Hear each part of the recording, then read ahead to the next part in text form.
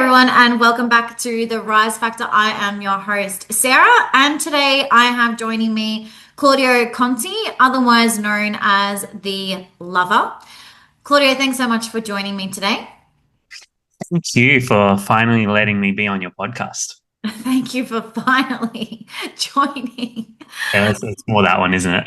Yes, Claudio, for those that are listening or watching and do not know who you are and do not know that you are my lover, who is Claudio?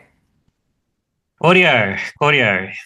Let's see. Well, my biggest identity really is around my writing. So I'm a writer, creative writer. I love expressions of the human condition. So life, everything from the beauty and the darkness of it. I let's see, we have two cats. Pancake was my cat first before he was yours. Pancake came up to my doorstep so many years ago, about the same time when I lost my mum. But that's like a big thing for me, and me and Pancake being good buddies together. And he's been in our lives now for 10 years. Hmm. Yeah, father, very, very, very happy father. Play a big part of that.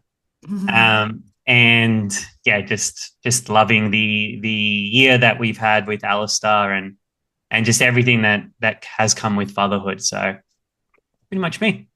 Awesome.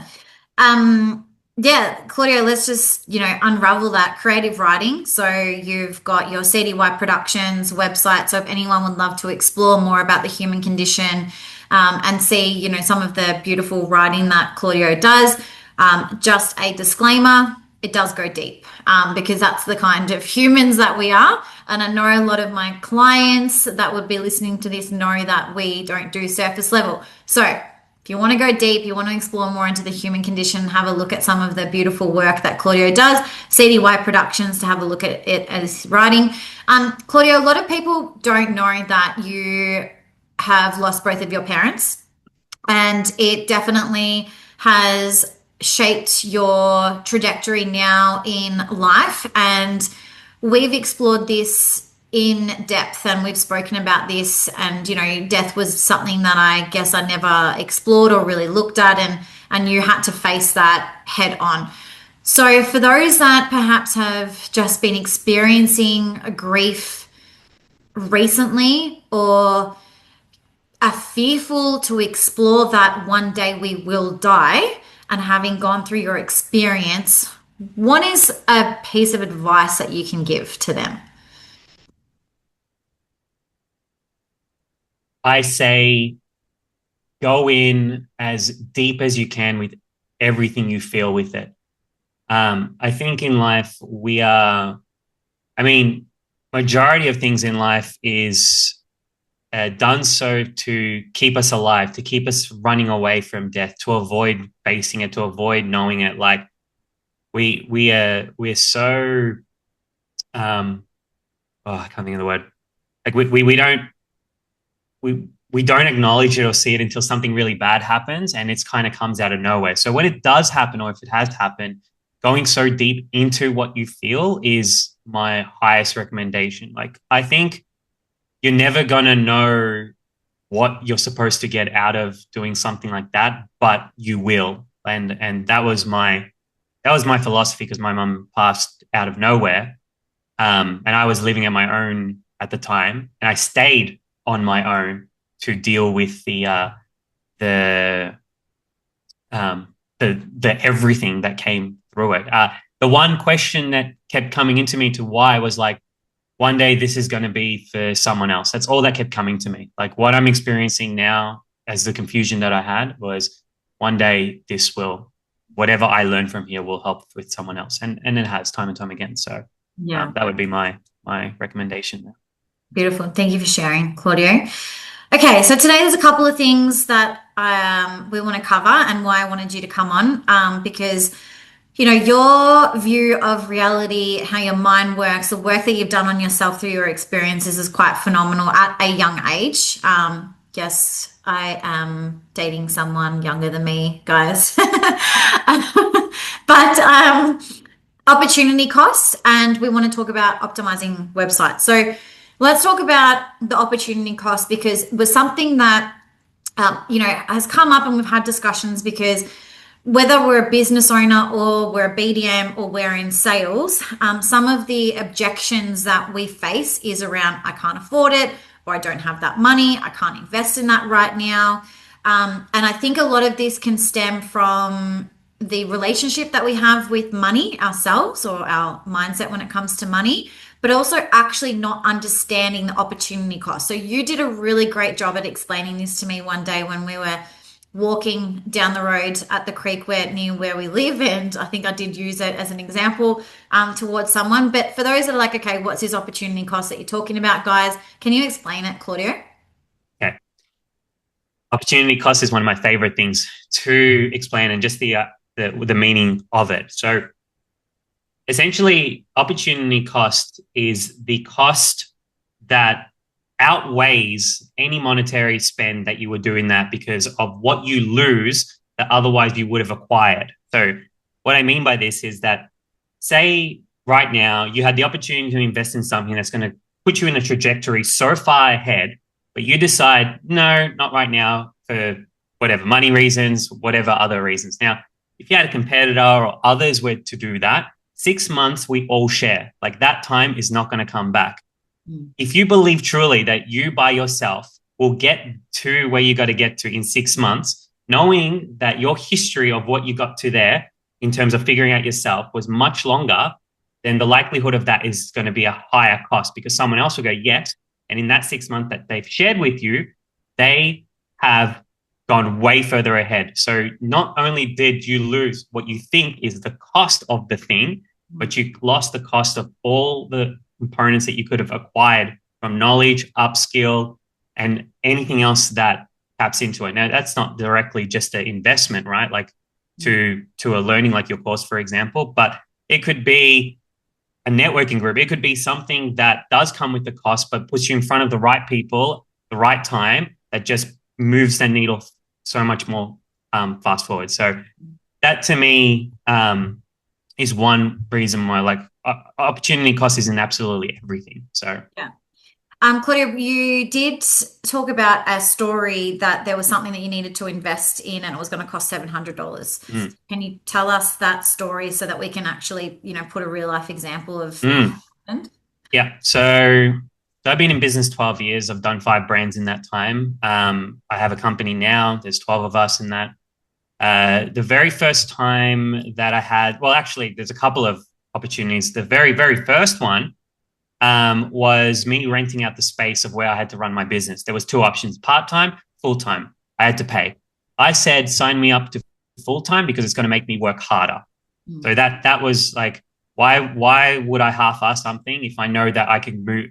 Like that was one. The second one was there was a mentor at the time, and they had a program. It was $700. I was a bartender, and I literally just made enough to cover the rent. So I was living at home at the time. And then I had to now figure out how was I going to get this $700. And another mentor at the time said, well, how would you do it? So I called a friend who believed in me all those years ago, said I was going to go somewhere. And I basically sold to him of like, this is something that I really believe I needed.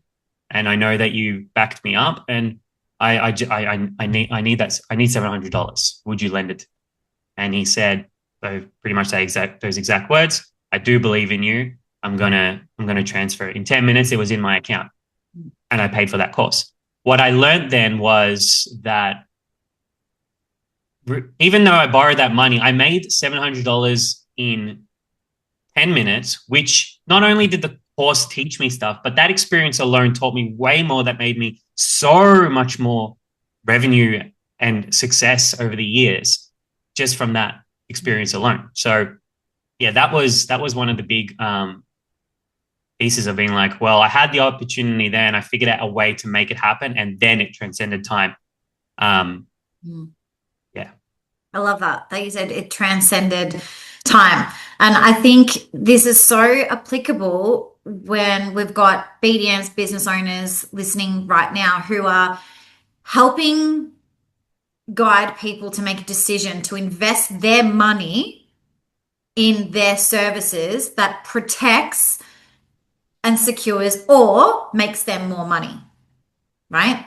So when we look at that analogy, like if we personally are struggling to invest in something ourselves, then how does that transcend or translate to then how we are speaking to our consumers in helping them make the decision to invest in our services? Is that right, Claudio?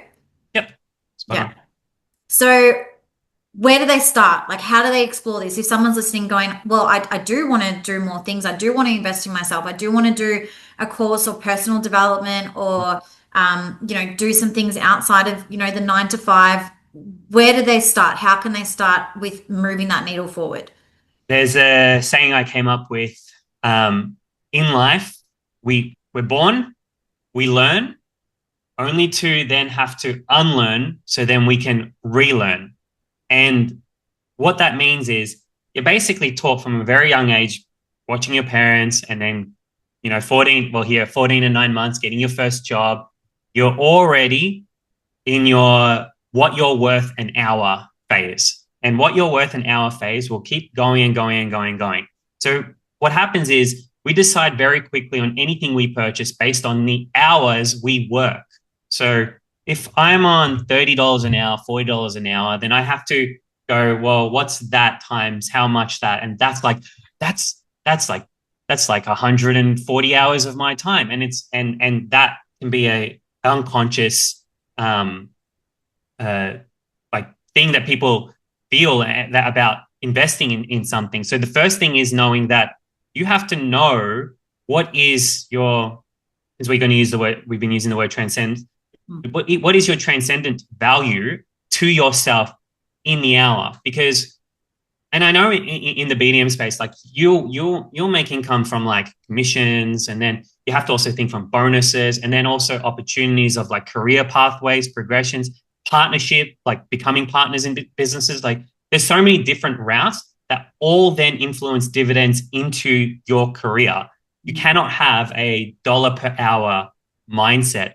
So you have to understand the concept that you need to unlearn a lot of this. And one way to pay forward is simply by looking at what is that intrinsic value that you want to be known as per hour, because that will come down from, the dollar that you get paid per hour, but then it's the assets you acquire, the knowledge that then generates you more income, the opportunities presented. Like I know you have had a fair few BDMs who win the awards for it, like BDM of the year. That is now transcendent value. Just like a property, it has asset. You have an asset. You are an asset. You're beyond just an hourly rate.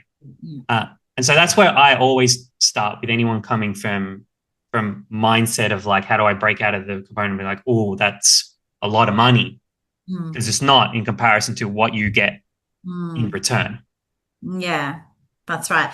And I guess one thing that you just identified, Claudio, is it's not like ultimately we will all have some financial goals, especially in the real estate world, but it's not just about the money, it's about the opportunities that come from that. And I'm going to give an example, a shout out to my client, Jess Ross from Bias Property.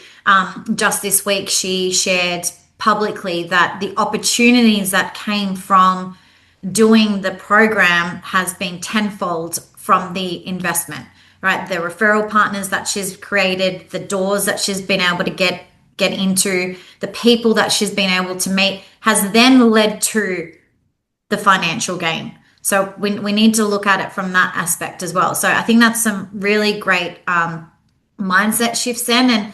And we welcome, like if anyone wants to explore this, more, please message us or get in touch, because we'll love to help you explore this, because I think the biggest investment that we can make, right, Claudio, is in ourselves, ultimately at the end of the day. I remember when I did Carlo's program, like at that time I was like, I felt like it was a lot of money, but if I look back now, it's been 4 years since I've done that program, the outcome that has come from that investment, it's way worth what I paid 4 years ago. right? Like, and just the different opportunities that I've had, the opportunities that I've also created because I've had the consciousness of choosing certain things that I want to do and the pathway from that as well. So I think that's really great. All right, so let's talk about websites. You've seen it, I've seen it.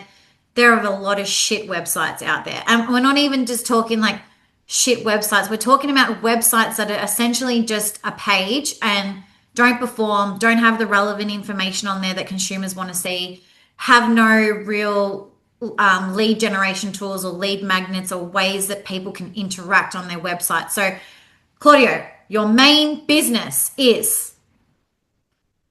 We do websites and marketing. Essentially, we build $30,000 quality websites for under 10. Hmm, Now, there's a reason I said that, and I will bring that up again later on, which a lot of websites do not have. hmm. That's what I do. Yeah, great. So that's why we're talking about websites. So people are like, okay, well, why is Claudio talking about websites? Obviously, Claudio is a specialist. His team is specialists in websites. Not that you do real estate websites, but a little bit of a teaser. We have something special coming up for business development managers in this space. That's just a little bit of teaser. We'll leave it there. So Claudio, talk us through like what do you think the main functions should be included in a website, whether it's a real estate or just a business, like from your experience, from what you've seen from the businesses that you work with that are getting really great results. What do you think are some of the main functions that should be on a website? Well, before a website is even a website, the conversation shouldn't be website. It should be marketing. What's your marketing plan? Because if when you understand what that angle is and where your clients come from, then we understand how the website's supposed to function for them. Mm, Too often, a lot of, especially in website agencies and the market share that we have, you're dealing with web developers. You're dealing with people who just build websites. You're not dealing with business owners who build companies. And mm, that's the big point of difference because one is just aesthetically pleasing and doesn't understand the output of performance of a website, whilst the other understands conversion, ROI, what profit is, like the components of that is to acquire that and how we best grab the best quality leads that turn into business. So that's number one is you have to know what that place is. Everyone goes, okay, website. Website's an easy business because everyone believes they need a website. mm, There's not much of an emotional component to that. It's like, okay, I got a business, I start up, I need a website, next, next, next, next. So it's easy to sell websites. But the component of the major piece of it is like, what is your angle? Because you might not be just ready yet for a website. So that's number one. mm, What makes up a good website is the content of how you present it and how you communicate exactly to your ideal person. Many times people will build websites because of their own, what they like mm, colors or the way that they like another website. Unless you're in a business where you are the client, which isn't necessarily all the time at all, mm, you cannot think and operate like the client who's coming to your website. So the website is not for you. It's for the person who gives you money. mm, And so you have to build with that in mind and around for them. That's kind of like the highlights of it is the content. When it comes to structure and layout, that's going to be unique to what people are actually wanting. And then also ticking off the boxes of the different types of people that would look around your website. Some people need to know exactly who you are, your values, like why you, why would they invest with you? So they got to explore that. Others just want straight to the golden nugget thing where it's like, what do you cost? What am I going to get out of this? And then others I just have to know have to have it all. So a website needs to accommodate all of those pieces. And mm, again, it's how you're getting people. So if you're going to have people coming in directly from a specific channel, maybe an entire website isn't the goal. Maybe if you're getting people coming into a channel that's specific for a service or something that one thing you offer, then it's a more of a landing page, something different in presentation. And these are the things that's why that you have to factor in, and hence why the conversation is never, I need this website. It's like, this is my marketing plan. That's what you should start with mm. when looking for a website.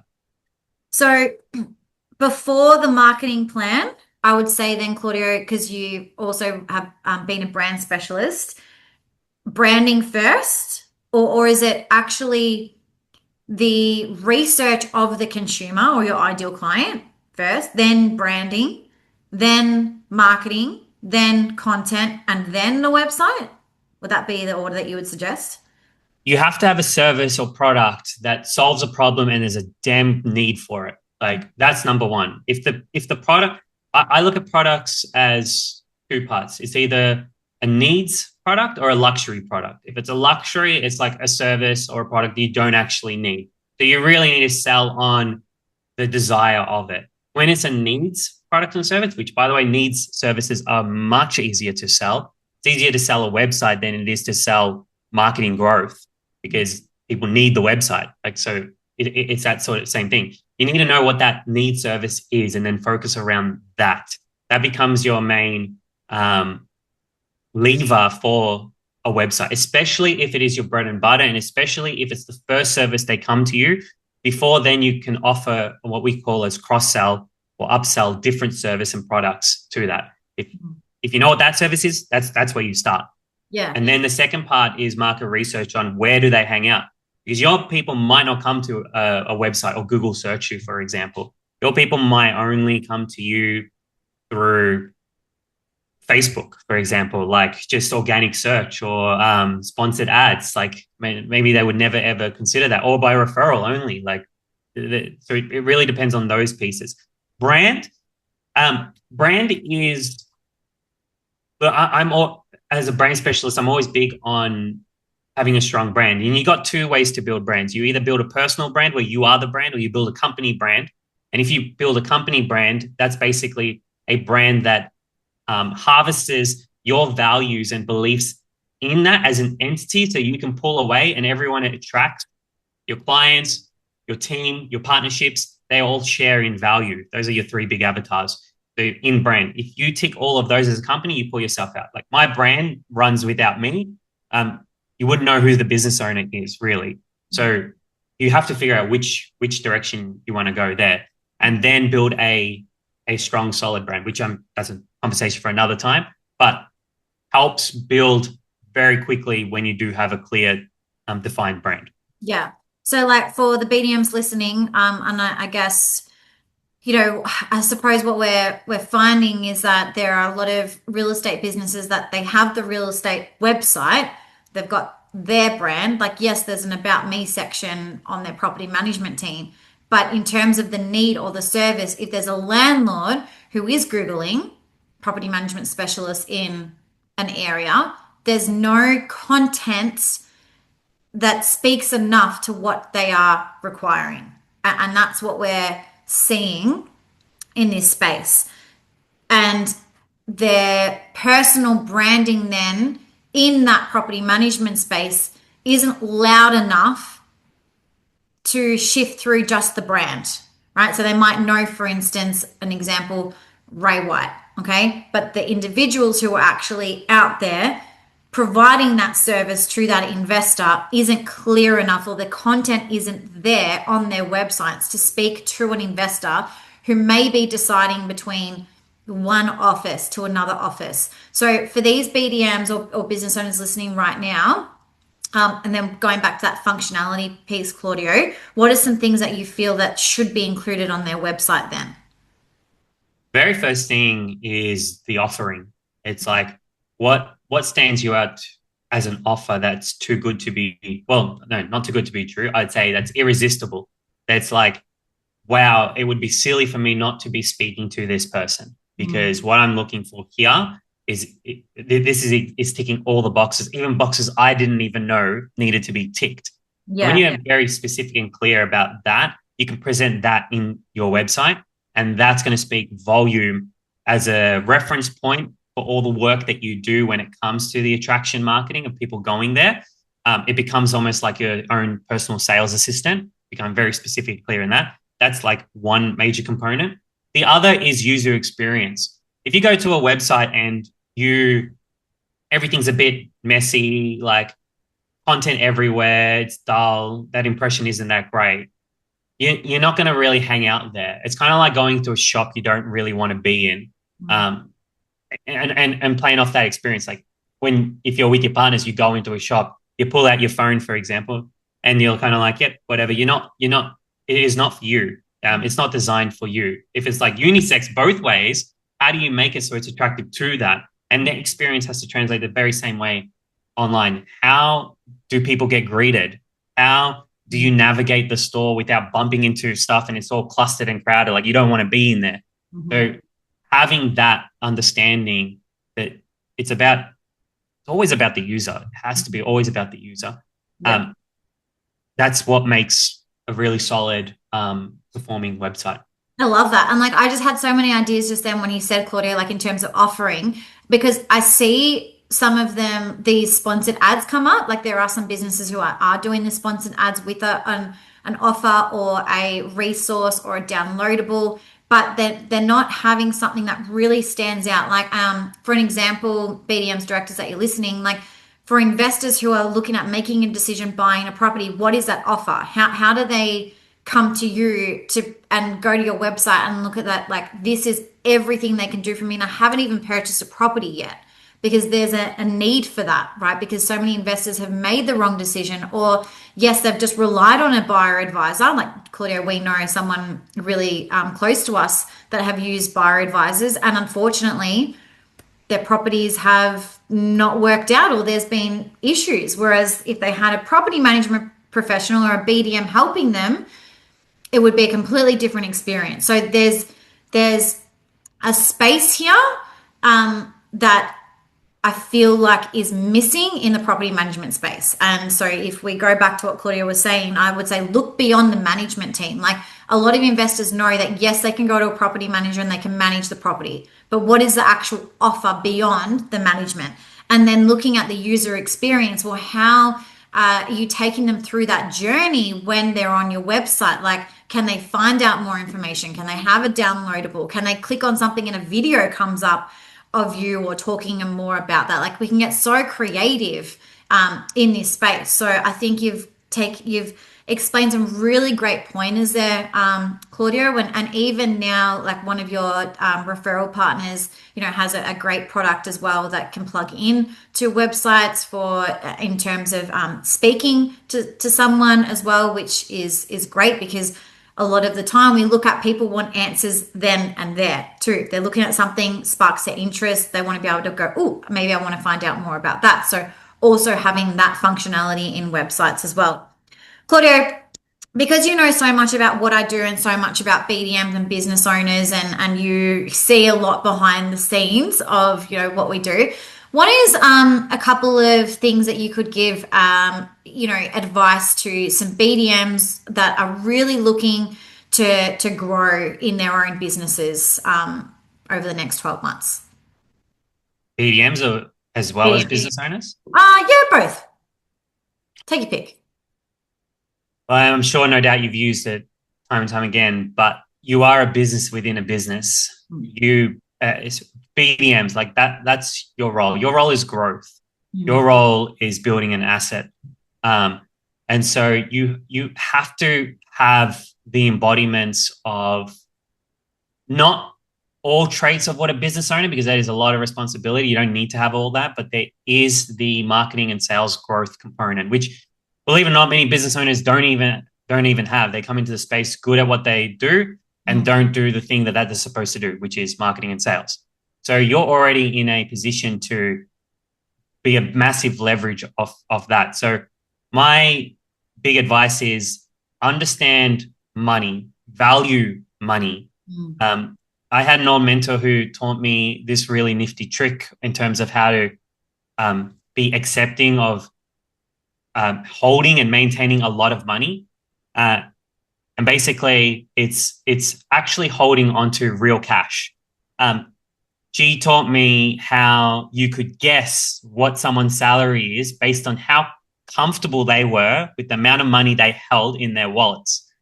And so what this does is everyone's got their number, but you might have like $20 lying on the table, and you'll think that, I can't just leave that there. But others, it might be $100. For others, it's $1,000. For some people, it's $10,000 and plus, right?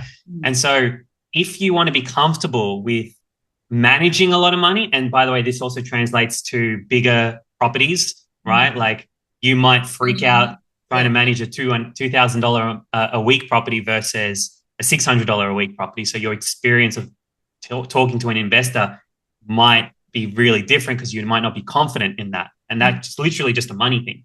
Yeah. So first one there is if you want to change that, go to the bank, pull out money, put $500 in your wallet, walk around with that until it becomes normal. Until you don't, you can leave your wallet around and be like, it's just $500.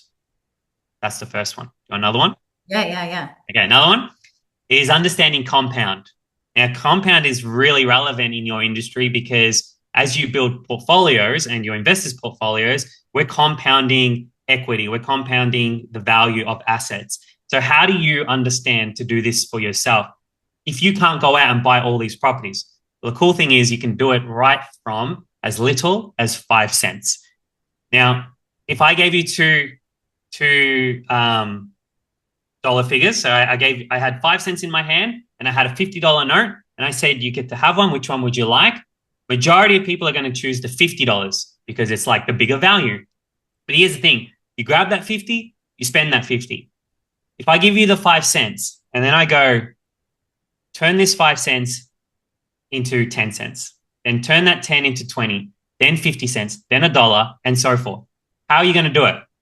Well, it's easy. You can go up to a parent, you can go up to a friend. Hey, can you give me 10 cents? I'll give you this 5 cents. Why? That's just silly. I'm like, it's just a thing I'm doing. Yeah, no worries. That person's not going to value a 5 cent difference. You can keep doing that until you now have to get to like $10. And now you got to turn that 10 into 20. How are you going to do that? Give me 20 for 10. A lot of people are probably going to be like, no, or if they really love you, they will. And then that 50 to 100. And then how do you go beyond that? If you can figure out how to compound, especially at those higher ends, which is as easy as just trading time or value for that. If I go, okay, so 20 for $50, how about, not we didn't do this, but how about I jump on your podcast, give all this value to your team. You give me a $50 note, I'll give you a $20 note. Does that sound fair? You probably go, yeah. Yeah. Like, Give cool. the $50. Like, and so I made $50 and $30 difference in like 2 minutes of saying, Sarah, I'll jump on a podcast, I'll do this. If you can practice that in your life, then you will understand the value of what that 5 cent turning and compounding has taught you versus just grabbing that quick buck, grabbing your commission, right? That value is what makes businesses a lot of money, that understanding, and the individuals in business. I teach this to my team. I teach my team how to make money within my own business. I happily pay them more because I'm teaching them how to become more valuable to the business. But the same implies. There's a few nuggets. I've got many more, but maybe I we'll just. love that. No, it's so good and so relevant to many conversations that I've been having recently because, obviously BDMs reach out regarding their salaries and pay rises, and it's very similar conversations. Like, well, you need to become invaluable to a business. You need to know that the value that you bring, and also like if your goals are to buy that house or to buy that dream car, well, how much money do you need to make, and what's the plan for yourself? Like, how will you reach that goal? And that's all strategies too, right? And that's a lot of what we're teaching our clients is a strategy behind how to do that, and also with the mindset shifts that come through fruition as well. Claudia, thank you so much for joining the Rise Factor today. It's been a great conversation. Finally, thank you for your words of wisdom, and we'll obviously put your links to your creative writing and also to your website. And stay tuned. We do have our hot offer coming up very soon to BDMs across Australia and New Zealand. And in the meantime, everyone, keep rising. Thank you, Sarah. Thank you, everyone.